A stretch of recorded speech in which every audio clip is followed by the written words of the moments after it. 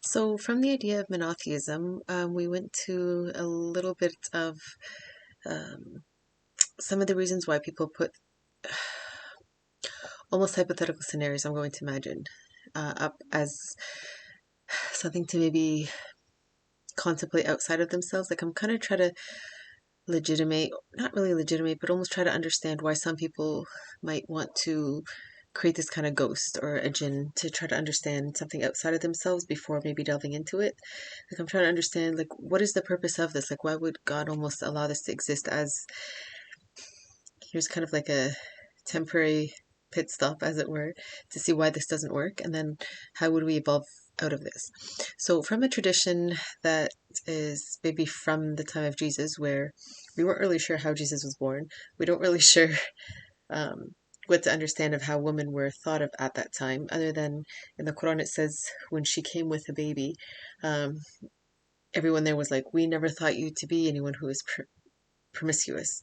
Um, and it says, "We didn't think that your father was somebody who would want this for you or who was kind of part of this culture of maybe like uh, the way it makes it sound was almost like sexual deviance.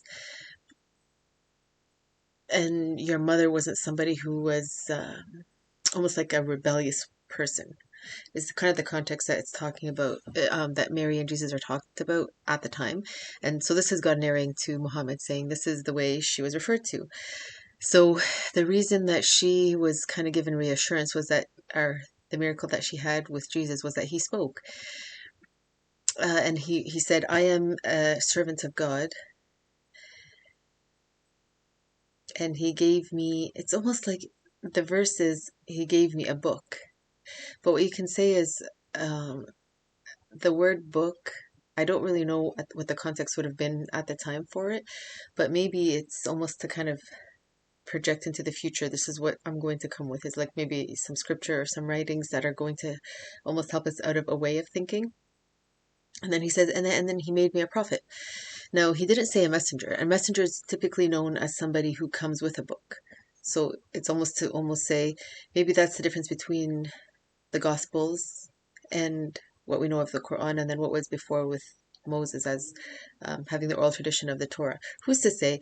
What I'm trying to actually arrive to is with all of these, if we just think of Angel Gabriel as being the archangel messenger who comes from God to different types of humans throughout history to kind of deliver a message, then we know that the source is one. We don't have to think of them as antagonistic and what was the nature of the books or what was the nature of the doctrine, and then how were they kind of accepted through time, and then how did they evolve? So if we think of that, then we think about, okay, well, at the time, 2,000 years ago, they didn't really understand how to make sense of Jesus. So originally it was, okay, well, we don't know how he was born. So then they started to think of different ways of understanding Mary. And then with time, with his existence, they weren't really sure other than to wonder about his corporal nature. So it's like, is he part human? Is he part God? Did he develop into a God? Was he the son of God? Like what? So I didn't really study his scripture in depth, nor his actual existence, other than to know that at his time there were other prophets. So we know of Zachary was there at his time. John the Baptist was there, and himself as Jesus. And then within those within that time frame, there's a chapter called the family of Imran, which is it's I think the third chapter in the Quran. It's a pretty involved one, and if you go through it, it's actually kind of a I won't actually, maybe I'll leave this for a different video where I'll actually first study it rather than just say it off the top of my head, because I don't want to project anything into it that might be too early still. But the reason I'm kind of segueing from this point onward is to say, from that kind of point of confusion, you can say, to present day, we don't really know how to understand women and sexuality. We know that at the time, at the beginning of Christianity, women were thought to be evil. We had like all these women were thought to be property, something to be bought and sold. We didn't really know how to make sense of them. And it's not until maybe 30 or 40 years ago that women started to have their rights. It wasn't after the Second World War, I believe, where while the men were away at war, like women kind of had to try to figure out, like, what do we do with our time? How do we kind of make up for costs, and how do we survive? So all of these things almost led to, well, why don't we try to remain engaged in society. And from there, it's pretty steady progress if you think in just this amount of time, like from the from the 40s to the 70s, like with the rights to vote, and then now about 50 years later, we're starting to understand new ways of thinking about, sexual orientation. And even within Muslim traditions, you'll have women who are maybe trying to think of how they view themselves as Muslim women, maybe divorced, maybe trying to become more independent, more than what was maybe understood to be a traditional woman in the past. So with this, I'm trying to understand how um, virginity is viewed, and I don't know how to understand it other than to think like what could be a miracle that evolves out of this. So it's almost to say, if a woman was to, you know, come into town pregnant, and we assume that this is a pretty conservative town, the immediate response is usually scandal, right? Which is not different from what Mary went through. So how could we alter this if we are from a postmodern and secular perspective? And this is just like, I mean, if we weren't from a conservative community, how would that same scenario be viewed? Probably as though it's not really a big deal. It's like, oh, it's okay. Like this is kind of like a norm. This happens, and um, I don't think there's as much prejudice or as much discrimination towards what that woman would kind of have to kind of endure. So sometimes I think when we try to evolve out of this or try to find ways of expressing something that's innate in us in these conservative cultures, things sort of become deviant for some reason, because it's almost like we're repressed in a way, and we want to hide the expression of something because the normal pathway to it is somehow there's like an obstacle. Like we can't, usually it could be like, okay, well, we're going to get married, right? But then you find, there's so many obstacles around getting married. Like maybe there's not the right family, or I don't have enough money, or the person that I'm supposed to kind of get to know, we don't have the same views. Like maybe they're really conservative and I want to be a little bit more secular, but my society doesn't allow me to. So I'm just going to go with casual hidden sex. So in doing this, it's almost like, well, what's the status quo that's almost allowing knowledge of this to kind of exist, but not trying to engage it in a normal way, or like creating it as a norm. So the only thing I can equate this with is speed limits. We know, like for example, here in Canada, that you can you drive at the speed limit of 100 on the highway, and if you go to 110, you're okay. 100 and between like 110 and 120, you're like, you might get a ticket. But it's almost like it's giving you that kind of like freedom there, where you have some kind of um, it's not, you know, uh, creating such a strict boundary that you just go a little bit outside of whatever the limit is, and then you get in trouble, which is kind of like representative of what nature is, right? Sometimes if you get any kind of like anything in life, let me think of an example. There's always, well, one one example that comes to mind is we have these angels that we understand right on our shoulders, right? So we have angels that rate on like all our good actions, and then angels that rate our actions um, that are not healthy, for example. And what we know is that if I was to do an action, for example, like let's say, for example, I said something bad about somebody, so then this angel can't rate, but this one wants to rate. So what happens is that this one will say, no, no, no, don't rate. They might apologize. So in that way, it's almost saying God wants to forgive. Like he's letting us say that, sometimes you get really caught up in the moment, you get really angry, and then you want to kind of, in the heat of moment, I probably shouldn't have said that. But it's almost like it's allowing you to vent and be human, and then say, no, well, I had no right to say that, and then ask for forgiveness. And then it's like, okay, well, you get to have this as like a good intention or like goodwill, because you know that you're trying. So it's almost like that attempt or that effort to create a positive vibe in the world will erase the negative. So it always outstrips whatever's negative in the world. So, or whatever negative that you put out in the world. So it's almost like society seems to have kind of evolved into that. So there's always that leeway. Like um, if you get in an accident, usually it's like the first one you're forgiven, and then the second one maybe then you have to pay extra, like deductible or whatever it is. So you find these everywhere. Teachers will sometimes do that, where you have these many tries. If I have to ask you to stop interrupting in class before, um, you'll maybe have to stay in at recess and help me with something. So if we understand this about nature and about life, it's almost like, okay, so we're trying to understand that these different forms of sexual expression are almost becoming a norm within maybe these conservative societies. But do governments sort of suggest, well, let's keep it that way to keep some form of like representation or pretense that we are still conservative? We still have this ideal of tradition that we want to upkeep. I mean, that could be an argument to say, um, you know, this is an ideal we want to work towards.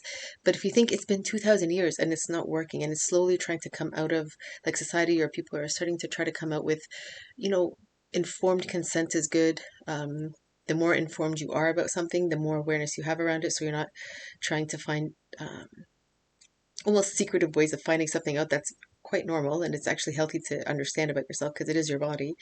And then it just becomes a way of normalizing something that's natural within us and we shouldn't feel ashamed about.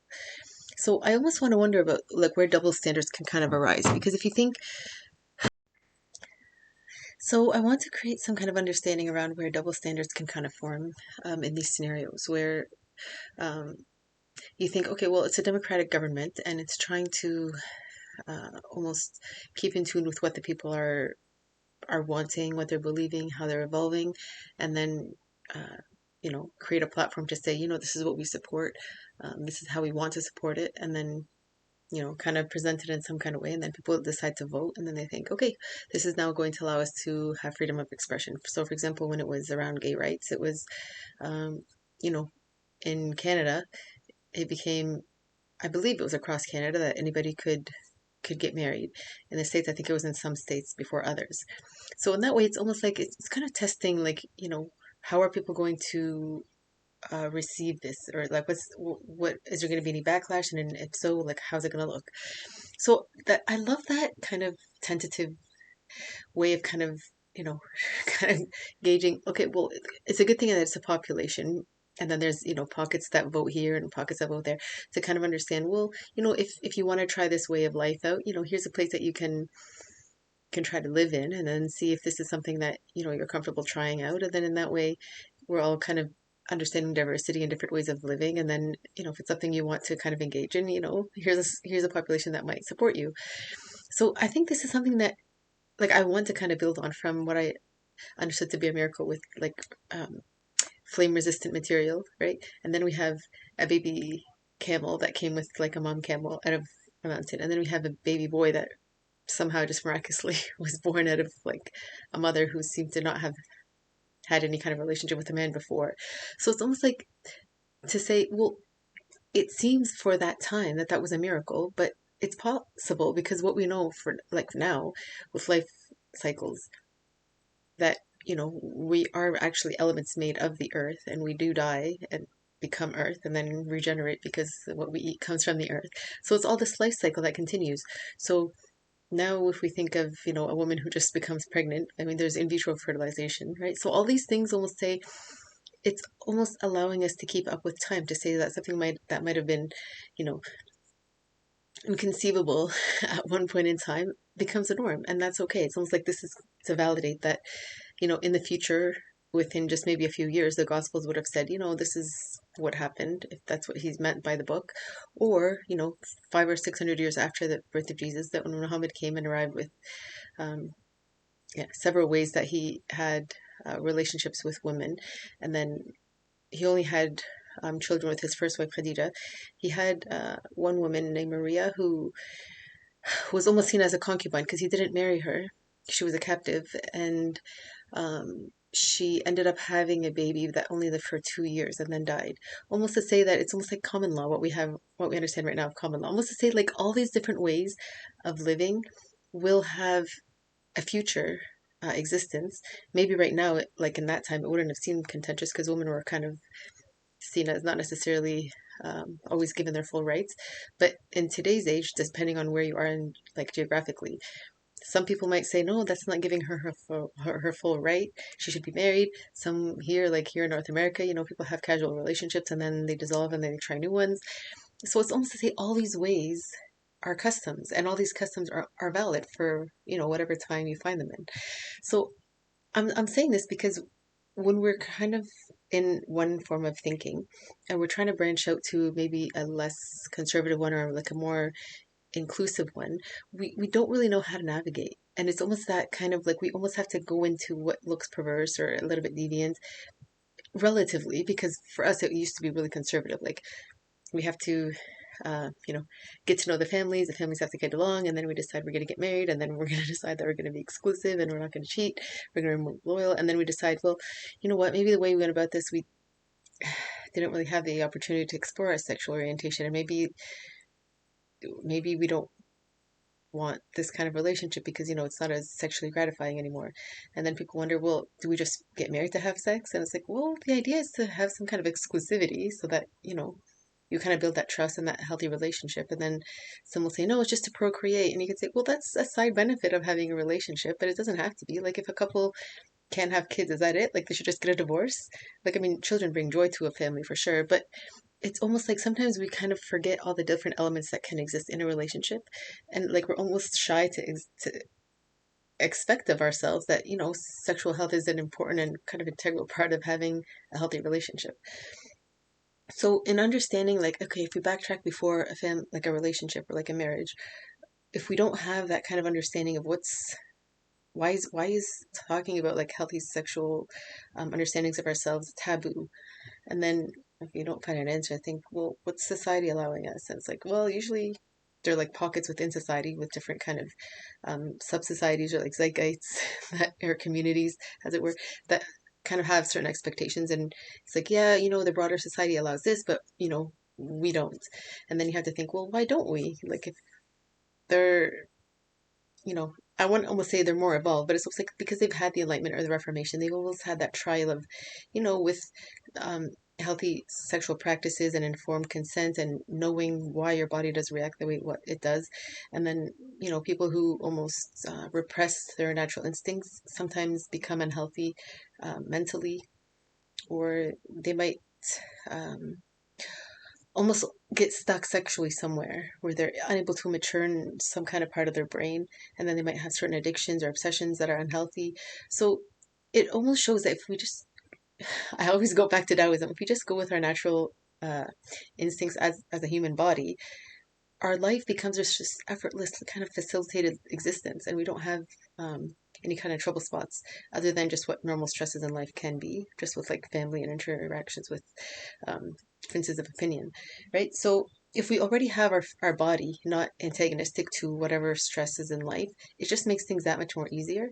So I don't really know how to segue out of this. Like for a family that, like my family personally, it was originally, we want to have um, grandkids that understand our mother tongue, so Arabic.